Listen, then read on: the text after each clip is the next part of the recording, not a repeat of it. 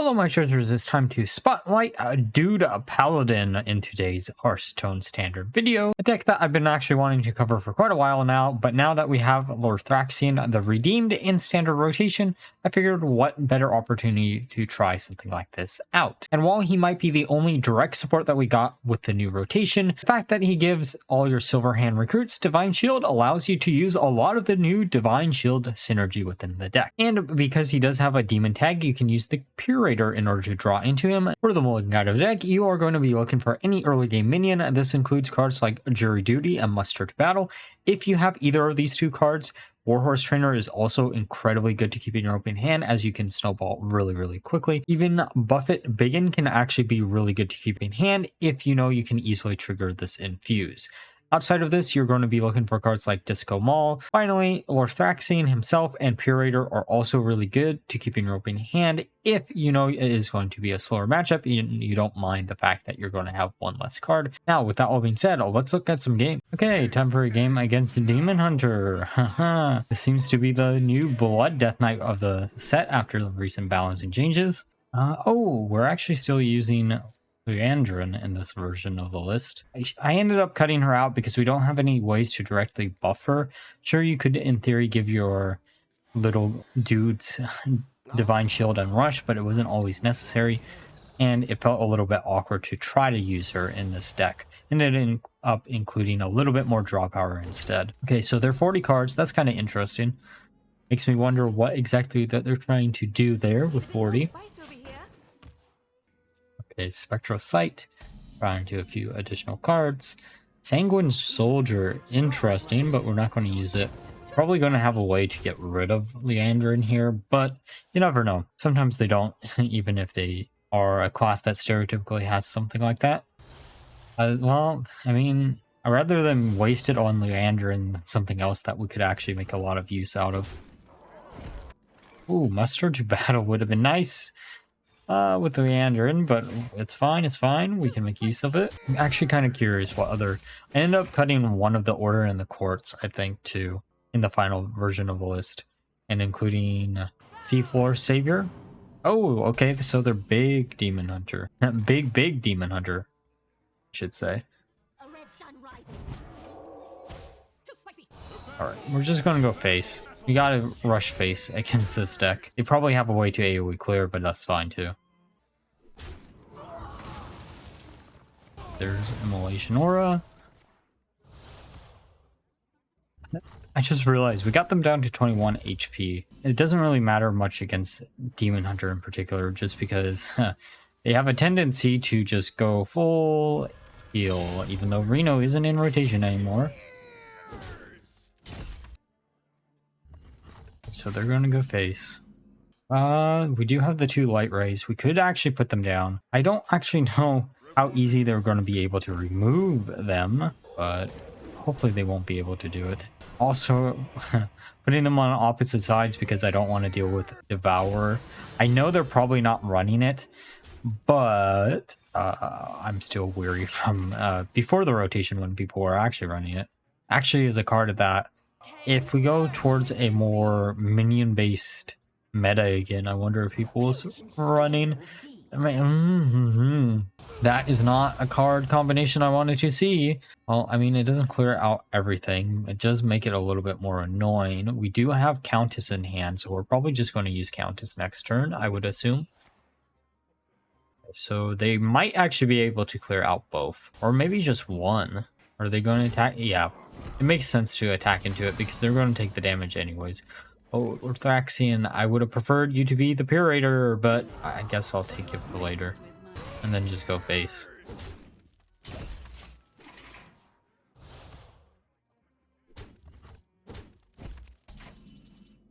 Oh, there's the PURATOR. Let's see what we... Oh, that's probably the best card that we could have generated there. Okay. Nothing else here really matters. Nothing at all matters at all. We got a little bit of armor. We'll draw a bunch of cards. Actually, probably shouldn't have drawn a bunch of cards, but it's still fine. Can't play any of them because we don't have enough armor. Oh, we can play one of them. Let's get rid of this minion. Let's get 3 more legendaries to our hand. And then let's see what we can grab. Ooh, Rotgill, good old Rotgill. Yeah, we could play down Rotgill, and then I think S, because it will give us 3 more legendaries in our hand. Oh, never mind, it won't. It'll just... Okay. I mean, good luck with dealing with this board. Oh, that could do it, maybe. Oh, no, it can't, because they've all... Oh, yeah, they could have a second one. Did not do what you needed to do. Oh, goodbye. Alright, time for a game against... Death Knight. Let's see what they have in store for us. Oh, Hammer of Wrath was in this version of the list. Again, you get to see like what I go through with some of the decks. Trying to include a little bit of additional draw power. Went with for Seafloor Savior instead, just because you can draw it off of Purator, and then you can also buff up a minion and try to search at the bottom of the deck in case there's something really good down there. Just going to put down Soldier.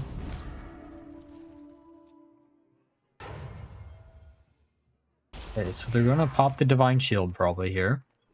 Yep. And then they'll probably use their hero power again. Just going to go face.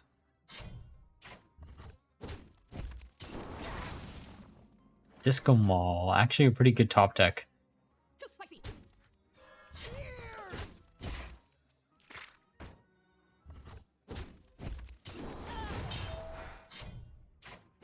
Okay, so they're Frost. That could be a little bit of a problem. The good news is we don't do too much damage to our own face with this version of the list. I know some people were running things like Seal of Blood in like Pure. Ended up not having a lot of room, so that's why I didn't end up using it in the list. Because I wanted to rely more on the Dude Paladin side than the Divine Shield Paladin side.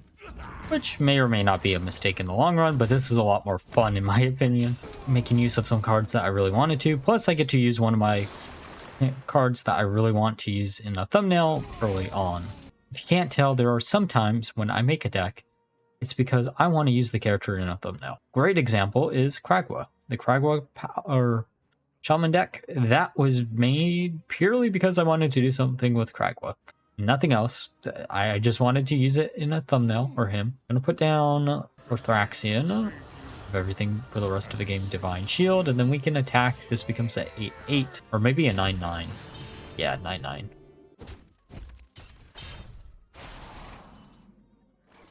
Ooh, Purator is actually a really nice top deck. Okay, so let's put this down. Draw a bunch of cards out of the deck. There's the Jitterbug. There's the Sous Chef, that I always forget is a undead, because it was from a set where it was in the afterlife, and not a lot of characters should be undead in there.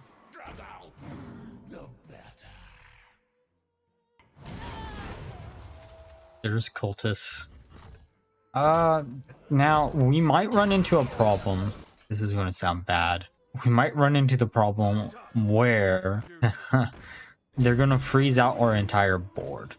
We need to make sure we have at least one spot open, because that could, in theory, actually cost us the game. I've had a few matchups with previous decks in the past where something like that does happen, and it's always annoying when it does.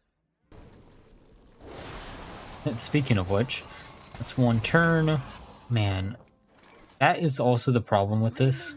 The nice thing is, as long as they don't have an AoE damage, we're actually in a pretty good position because they have to attack through 6 taunts.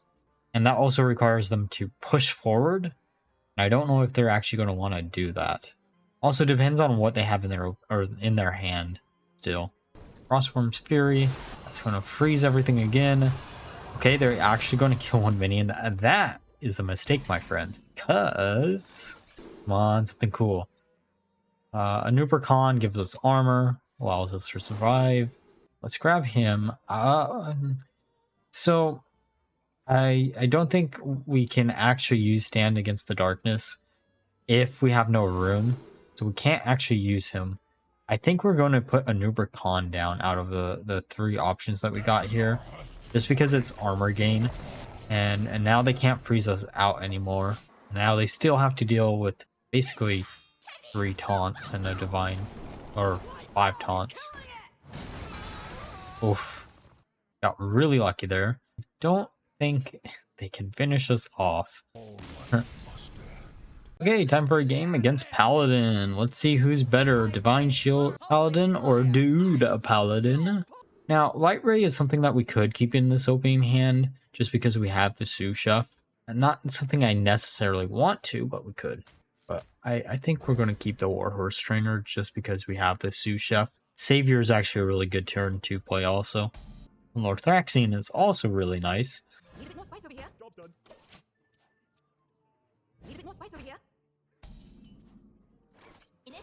Let's put down Savior. Let's go for Maul. Maul's funny. We don't really need the second horse, to be honest. Maul. We're just going to be mirroring each other, I guess, this game. Because we're going to put down our Maul. Put down a 1-1. Buff it up a little bit. And then just pass turn because I have a feeling that they're going to put down some type of minion. And I'd rather not deal with it, to be honest. Okay, there's the coin. Jitterbug. Okay. Going to get rid of our minion? Yes, they are. Okay. Jitterbug is buffed up. Spotlight is interesting. We can't actually use it this turn, but we can use it next turn. I think we're going to put down Biggin because it does give us 2 Divine Shields on board, and then we can just go face. And hopefully one of these Divine Shields will stick because then we can Warhorse Trainer next turn and pop it. Oh, there's a 1-1. Might be... or... Of course. Boogie Down is a perfect example of a card that I did not read its ability. Because I always thought it gave everything Divine Shield that it summoned out of it. But I guess the majority of decks actually run Divine Shield things, so I guess it makes sense for targets of it. There's Argent Protector, put the Divine Shield back on the taunt. I'm gonna make our Lothraxion a 1-1. Pop the Divine Shield, draw a card, go face. Okay, so we don't have enough mana for Warhorse plus Stand in the Darkness. However, we can Hero Power. That's Divine Shield. Pop that. If only Spotlight could convert any Divine Shield. Wait, can it? Am I? Pretty sure it can't, so... We're going to take a little bit of extra damage. As long as we can actually keep the Warhorse Trainer on board. That deck doesn't usually run any type of AoE board clears, so we're actually not in a bad position. We have the Stand Against Darkness next turn. This is gotta love an army of dudes with Divine Shield. We can pop that, and then we're just not going to attack with the 3-4. Keeping it alive as long as humanly possible. End of a Duel to draw. Card that I almost considered in the list, but ended up not doing it. There's the Silver Hand Recruit, but ours are a lot better. And then we're just going to pop 1. Are they going to pop 2? Or get rid of... Oh, that is bad. Okay. I mean, it isn't technically bad. It's just annoying. Okay, at least we got rid of that. Then we can get rid of the 2-1. Put one of these down. Use our Hero Power. We really don't want to do this, but it just makes a little bit more sense too. Oh, buffing up the one with Divine Shield. That's actually nice. Then we can trade this in because we don't have any room. Oh, that's going to be fun with if they clear out our board. Please do.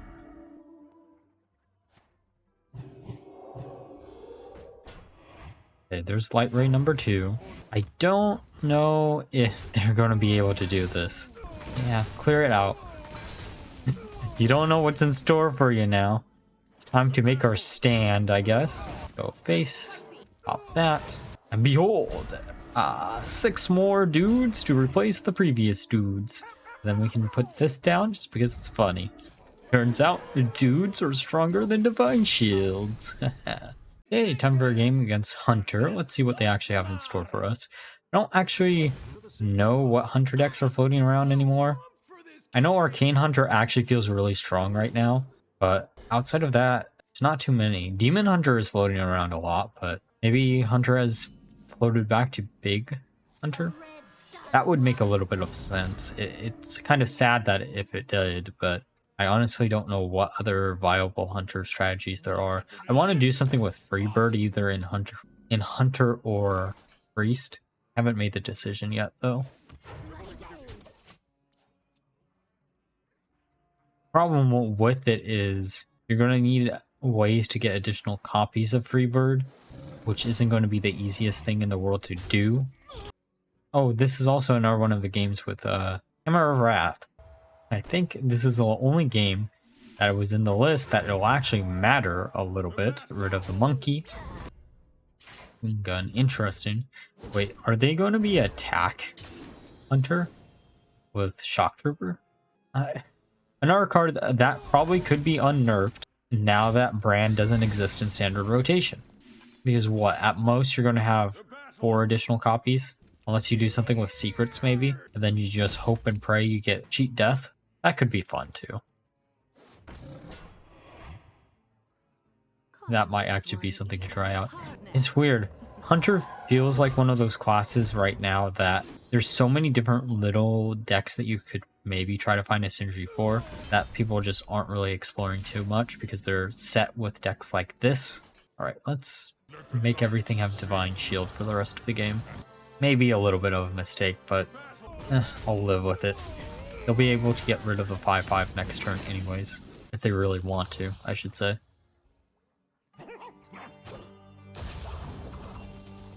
Ah, Banana Man. Banana Man is going to backfire pretty... Oh, that is the one card I did not want to burn, because then we could have had some actual haunts up, which would have been real nice. Let's pop the 2/2 like that. We probably should have popped the 3/1, but mistakes are... Oh, actually, no, we couldn't, because we needed to do 1 damage to one and then do 2 damage to the other. That's fine. Mistakes were made, but I don't think that's going to be that big of a mistake. Oh, it's been a while since I've seen that card. I really want to try to make that card work again. I think the deck I already put out is probably the best way you're going to, but you never know.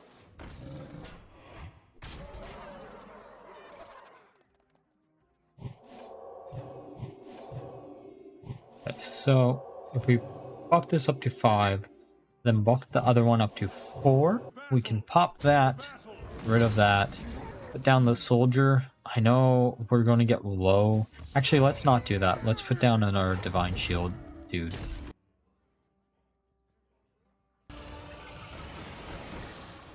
Ooh, okay, how do we get to the 5? Ooh, that is interesting. Okay, so we have the 4/4, and then we have a 5/5. I'm pretty sure Faithful Companion... That backfired a lot for them. They should have actually went for an 8/8. They would have been really good, or in a good position. Maybe they didn't have Crush left in the deck. Kind of sucks if they didn't. We're just going to get rid of them as much as humanly possible, then put both of these down. Hopefully they don't have Crush.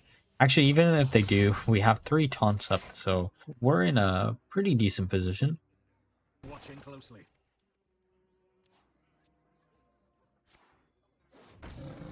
Okay, Barrel of Monkeys. That's not going to save them. We have 20 HP. If we only had a little bit more Divine Shield synergy, so we could use Funk Fin. So they get rid of one of the taunts. They're at 15. Spotlight. I think we put down Countess. See what we grab. Come on, something cool. Oh, that would do it. That definitely does it. We need to make some space. Ah, well, goodbye, I guess.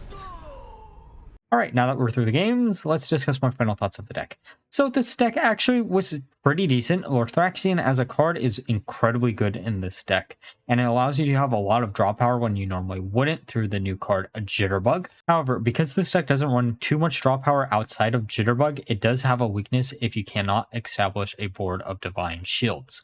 And because a lot of people are expecting Divine Shield synergy within Paladin right now, you're not always going to be able to draw a lot of cards off of that one card. That's the reason why I ended up including things like Seafloor Savior or even the Spot to try to cycle through the deck for some of your key combos. Which comes to the other weakness of the deck. The list is incredibly tight on space, at least in a 30 card variant. However, if you can find a way to include something like Hand of Adult in the list, you might actually have a higher win rate because you have a little bit of additional draw to get to some of those key combo pieces. Outside of that, honestly, this is one of those decks that you're going to have a lot of fun if you're a fan of Dude Paladin, as this is probably the strongest this deck has been in quite a long time. But like always, if you enjoyed the video, please do like, comment, and subscribe. Until next time, bye bye.